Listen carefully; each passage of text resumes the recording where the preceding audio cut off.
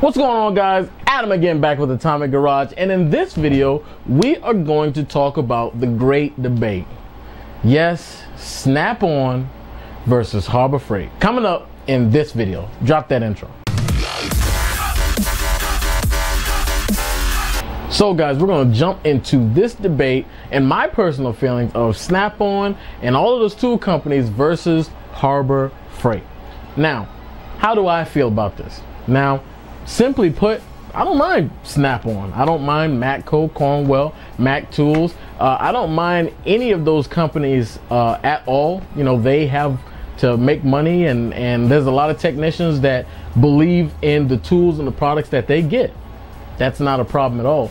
And I don't blame anyone, especially myself, who wants to save a buck or two, because we're cheapskates, let's be honest, and we will go to Harbor Freight to get some stuff.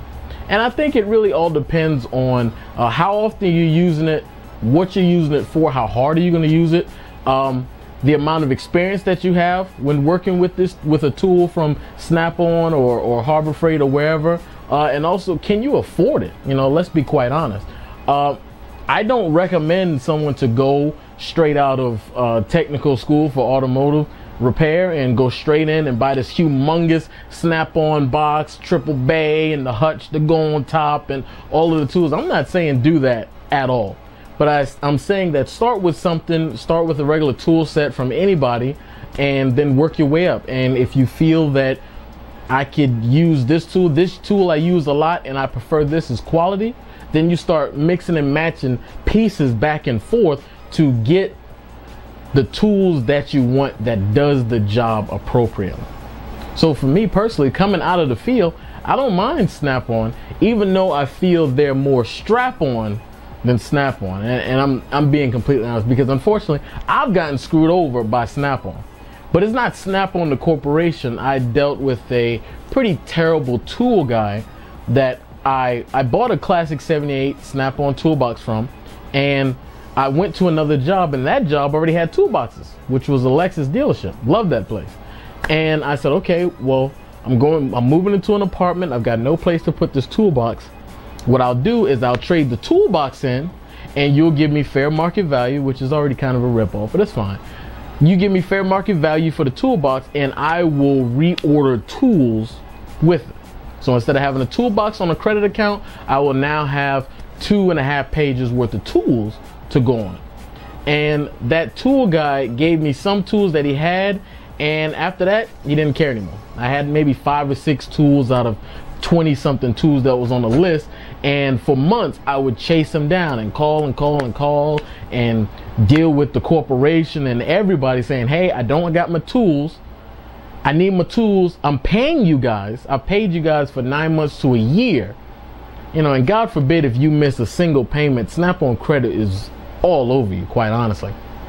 And I tried to work with them and they wouldn't work with me, and I'm trying to get with this tool guy saying, hey, I got these tools for a reason, I really need them.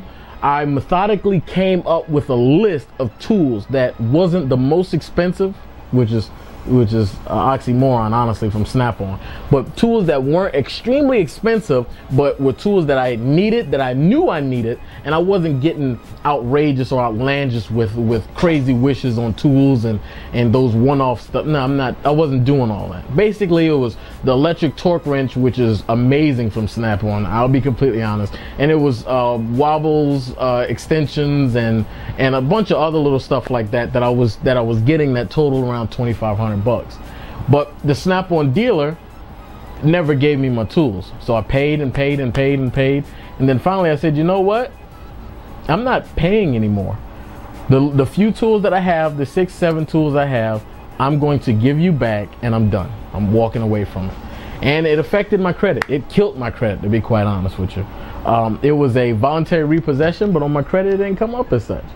And not only that, but the interest rate that I was paying, which was like 25.9% interest, was absolutely outrageous, and didn't really care for it all that much. But I finally went back and paid it off, and you don't know how hard it is to pay off tools that you don't even have. But that's the situation that I was stuck in from a contract by a Snap-on dealer. So I had problems with that dealer, but he was eventually pushed out. But it still it still didn't make me feel a whole lot better. But that's just my little 2-minute story. Again, when it comes to the great debate, again, like I said earlier, mix and match different things that you would like and you won't feel bad about it. Now, when it comes to different technician experiences with Snap-on, I've heard many different things. From one friend of mine, he said that many of his power tools and stuff that he's bought from Snap-on hasn't been the best. Battery life has been terrible, and he hasn't really enjoyed the experience with Snap-on. And it's not ragging on Snap-on, it's just giving the pros and the cons. And there was another gentleman on Facebook, Paul Frederick, very smart gentleman. He was saying that, hey, Snap-on's not really great for their power tools. They're more good for their hand tools, which I'm not going to deny that. But I feel as if I am paying you $700 for a 3/8 impact, check it out right here, paying $700 for that, I expect that tool to perform flawlessly. There's no other way around that. At 700 clams, that's quite a bit of money. I mean, you go to Harbor Freight with $700, how many tools can you come out with? That's a lot of money, and for it to underperform and for a warranty and stuff to not be the best is not really something that I enjoy anymore. And I don't enjoy ordering tools from tool trucks because it takes an excessive amount of time. But I don't mind buying certain things from different tool trucks and mixing and matching, and have mostly Harbor Freight, but that tool that I use the most of them have Snap-on. I really love that tool there from Matco, so I'm gonna have that there and just have a hodgepodge of collection of tools. So that's just my opinion on the Snap-on. Harbor Freight has gotten a whole lot better from what it used to be. Harbor Freight used to be atrocious a time ago. A lot of their tools was just absolute Chinese crap, and while yes, most of their tools are still made in China or Taiwan or wherever else they're being manufactured, the quality of them has greatly stepped up. Now, only time is going to tell about this new line of tools that that Harbor Freight has actually released. We'll see over time how good or how bad that tool actually does. One last thing when it comes to the whole Snap-on debate, while I do like Snap-on stuff and I love things that are made in America, who doesn't? It just, I guess maybe it's politicians, who knows, or just financing and marketing, whatever the case, that just drives up the actual price of Snap-on tools is just absolutely ridiculous. Things that you're willing to pay a certain amount for, and then when Snap-on hits you with 3 times that amount, it's very discouraging. So it has got to be worth every single penny for me to personally want to buy it.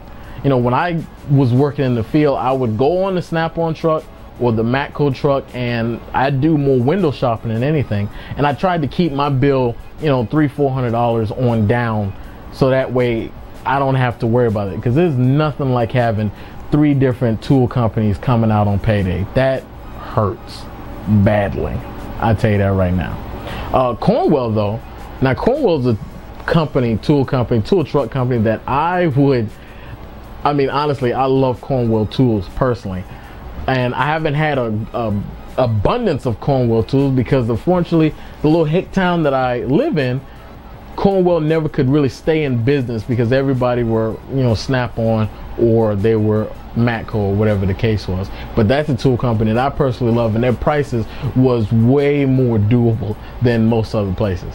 So that's just my personal opinion. There's many people that I used to work with that some gentlemen had the big Snap-on boxes, and they had the scan tools from Snap-on, and then they've had the battery chargers and maintainers from Snap-on. They had Snap-on cups, underwear, socks, shirts, I mean everything Snap-on you possibly can have. And there were some that could fix a car like you would not believe. But then on the other end of the spectrum, I worked at a Honda dealership where this was this gentleman, and he had a top chest, just the top chest toolbox, and it was nothing but hand tools, only purchased from Harbor Freight. And that to this day is still one of the smartest gentlemen I have ever met working on cars, period, not just Hondas. So you've got a little bit of both ends there. The tools doesn't make the mechanic or the technician, it doesn't. because you can make do with absolutely nothing if you put your mind to it. But certain tools does make the job a tad bit easier. So it's up to viewer discretion really on, you know, what you were to go with. But anyway, guys, that's it for me today. I just wanted to just give my little input on the whole Snap-on and Harbor Freight debate. Hope it wasn't too boring. Anyway, we've got some shirts. You can go to my Zazzle store and check those shirts out. We're still in the developmental process on coming up with different shirts and different designs. So check in on that periodically to see if there's any shirts that you'd like. Support the channel. If you're new, please consider subscribing to the channel. Also, like and share this video. We've got plenty more videos coming up. Got some bad news, unfortunately, coming up in the future, but it will all work out for the better. So stay tuned for that one. And thanks again for watching, guys.